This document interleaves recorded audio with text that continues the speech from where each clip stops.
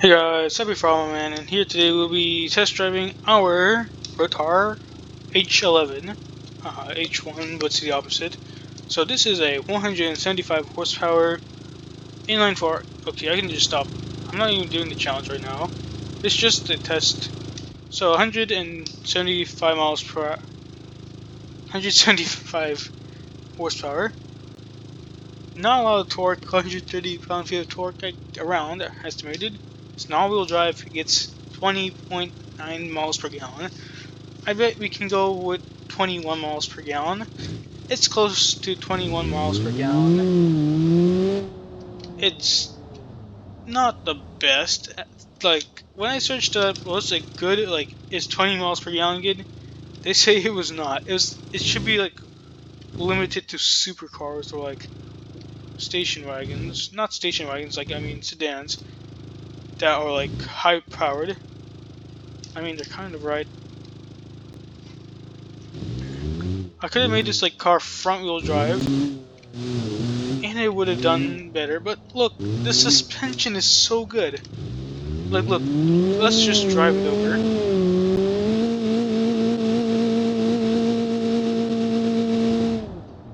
That's buttery smooth.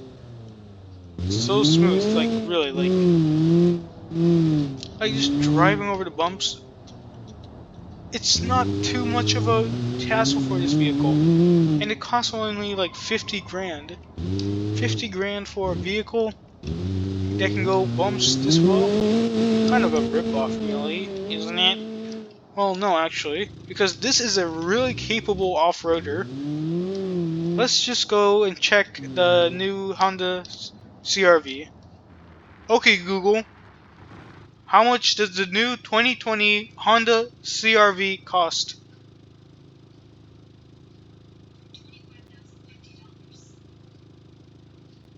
$25,000.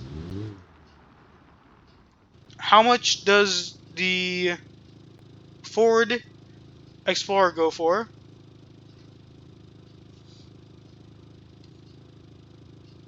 Oh, that didn't work.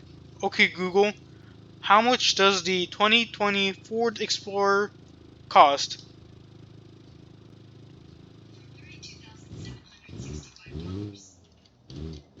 Tell me some off-roaders that cost $50,000. I mean, this off-roader, it's $50,000 because of the lightweight materials, and it's wide. And going in, it's just so easy. It's like a Suzuki Jimmy, but it's not even cheap as it. Like $50,000? I don't know. Could be worth it, but I'd sell the suspension. And as you see, the grill is not here because it did not load the grill in, which is sad. But this is a very capable off-roader with only less than 200 horsepower. Less than 200 horsepower. Ideally, 200 horsepower is a bare minimum. 175 horsepower, you can make any off-roader with any amount of horsepower. But it's better to have more horsepower, like 300. And it's the torque as well, like 130 pound-feet of torque. It's not torquey, but it's able to go off-roading on rocks, like on small rocks, very easily. Now let's go and see how big rocks go. Now remember, this is the place where we checked on with the Lariat. The Lariat had some issues. Actually, this is a good start. I did not even think that this, which is not even a purpose, this does not even have a purpose as a off-roader. It's more of a city car.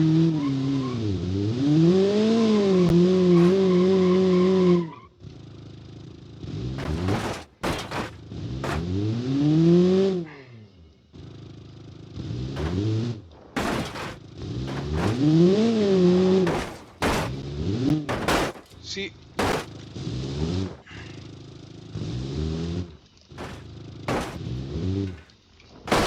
This is the real. Oh my god! If this does actually make it, I might consider making another one. That's like a successor to this. It's about to be confirmed.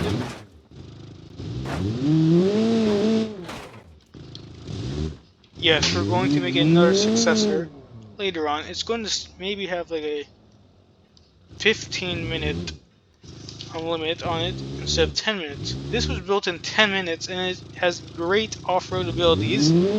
Sure, it costs like 50 grand. But I mean, I have lightweight materials in it. Aluminum, like the whole body's aluminum. I could have made you a body made of, if the body was made of fiberglass. This is how steep it can go. Park it. This is steep. Real steep. Range Rovers have difficulty being able to go up here. But look how easy that was for this kind of vehicle. 175 horsepower. It's not how much horsepower you have, it's just how you use it. Well, enough chatter about how great it is on off-roading. Let's go and check the actual elemental strips and find out. Can it work on coarse sand? Of course it can. Kind of rhymes, but okay. Did we miss it? Maybe. Maybe we missed it. But that should not matter because we're going back as well.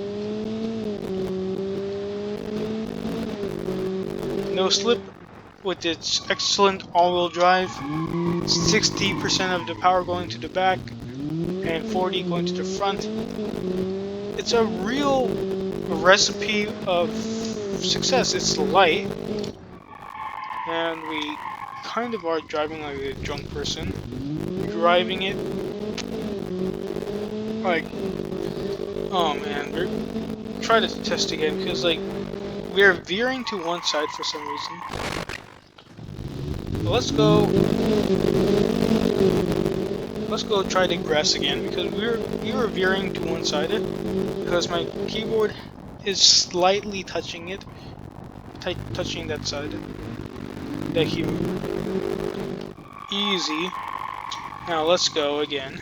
It has thick tires.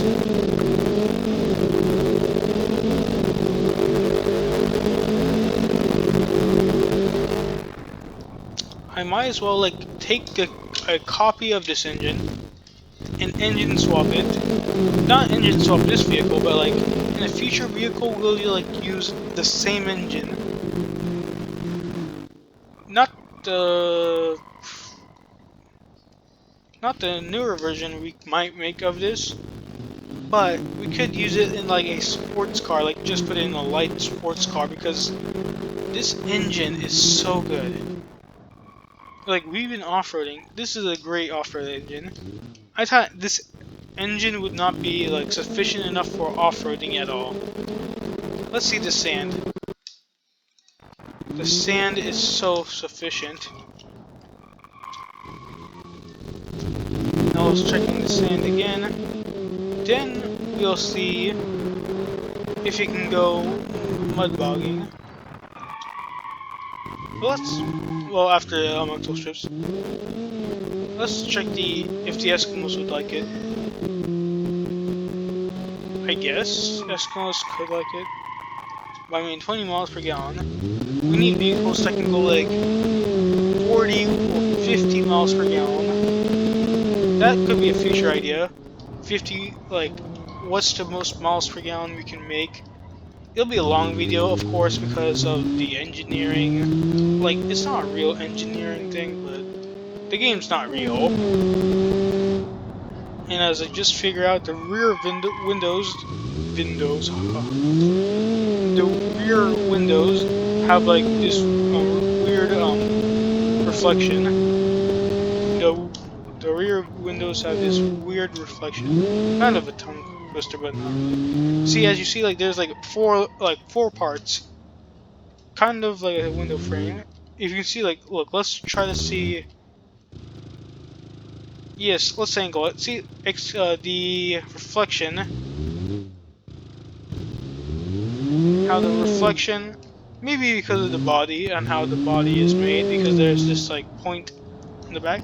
But we gotta check if you can go mud bogging. Quick suspension test. We hit something, but we did not break it. Remember, most of my off-roaders either had dedicated four-wheel drive on them, bit high horsepower numbers, a lot of torque, and they did similar to this. To this, sure, maybe height is like the disadvantage it gains.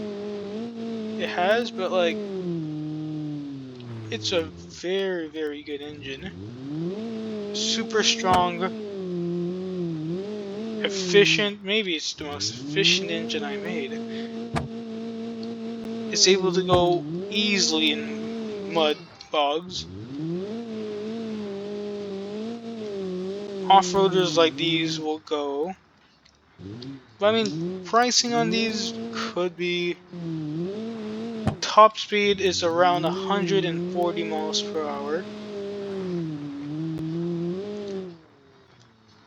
It's a really good engine, a really good car. It's peppy, it's fast, it's small, and it's light. But we're going to have the most challenging challenge, the flight of stairs. Now this is probably the most perfect candidate. It has the best suspension, good amount of power, and it's compacted, which will help it with the maneuverability, like with like small spaces or tight spaces. So I can see this being a reality, like it's a real reality, like it's a two-door SUV. It sits five people. Five people, yes. That's not a lot, but think about it. It's like a Suzuki Jimmy.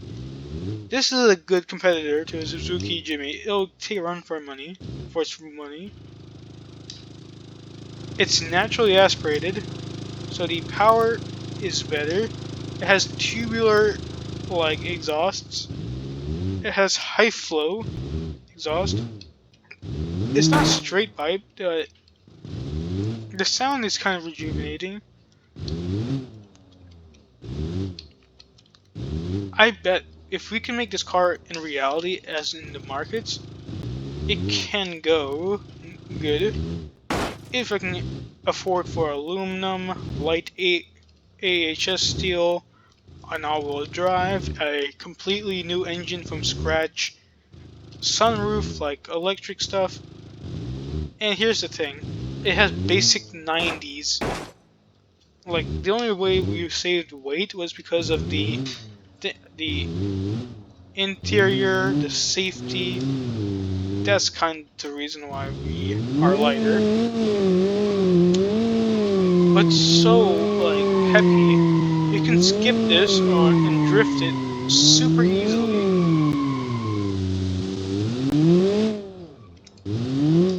To like, hear the engine roar.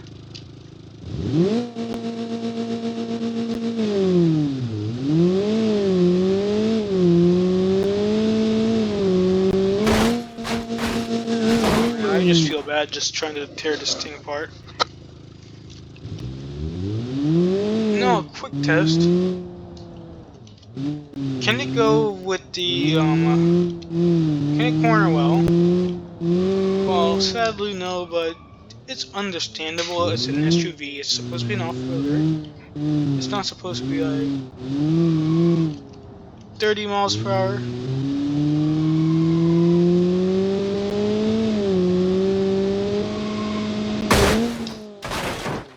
It's super good.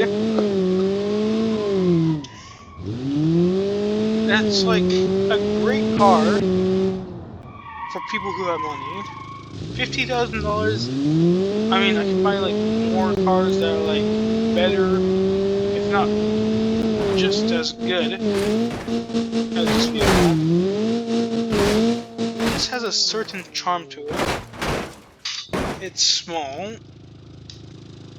Like, let's take something that's supposed to be a dedicated off-roader. Well, not dedicated, but let's say we have something. This has an inline 6, so 2 more cylinders, and it's turbocharged. Guess what it is? It's a Lariat Conqueror C-Star.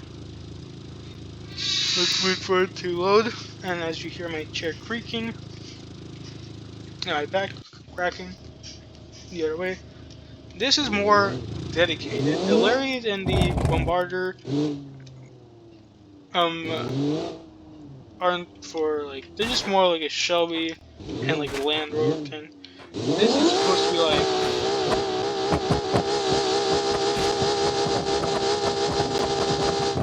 this has abilities. It's a off-road truck.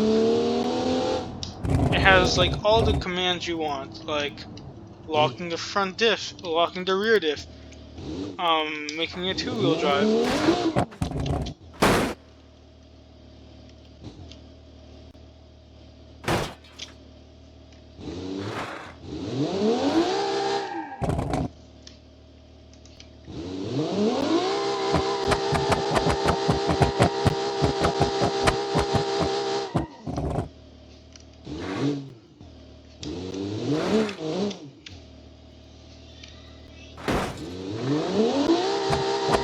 But it's so heavy that it can't support its own weight.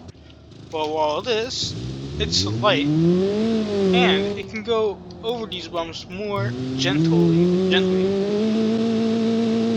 Like you don't see like much of a shake in the suspension. This might have been like the best suspension car. You can see the tire, like the burnouts it was doing. Maybe because it has an all-wheel drive and it's splitting power. But like, you can go up pretty easily. So easily. That's like locked on, latched on. Here's a literal, like, supposed to be like dedicated. It even has like leaves and coils. Those are like for, like coils is good for like off-roading. And it's get beaten by something that has piercing struts, good for the streets.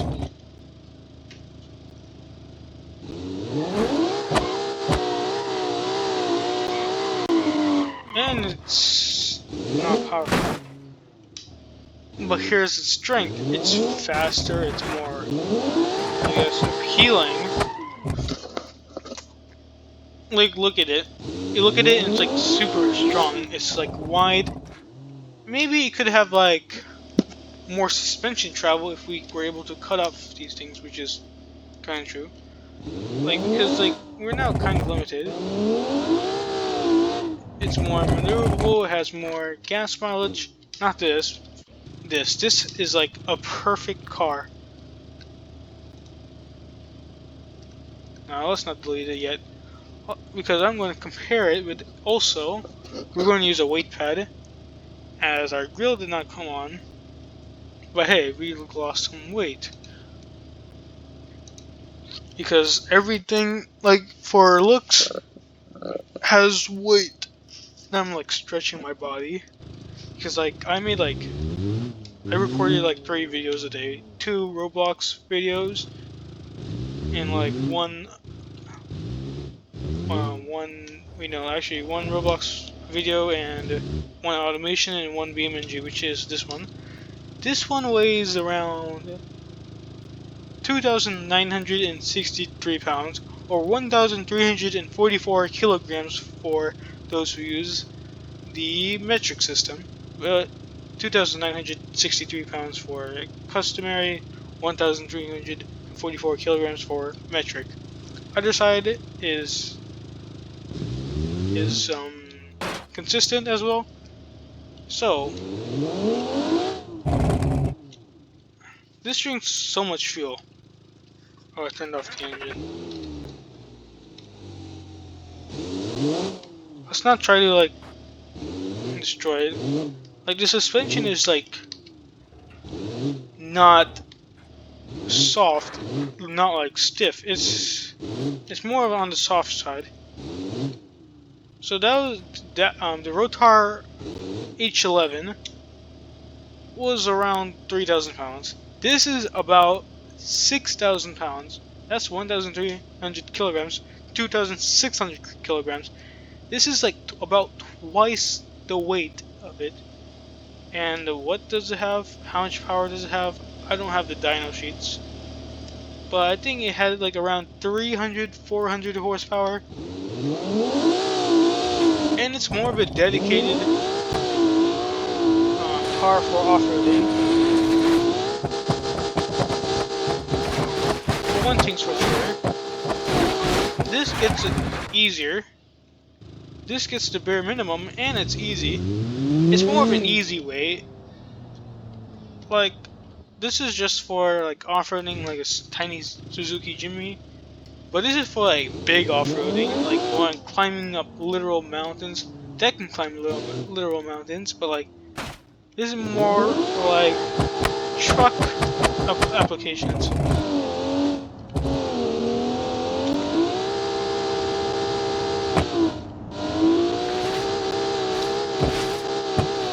Higher suspension, good mud bogger, to a point where it can mud bog easily. And we bent tires.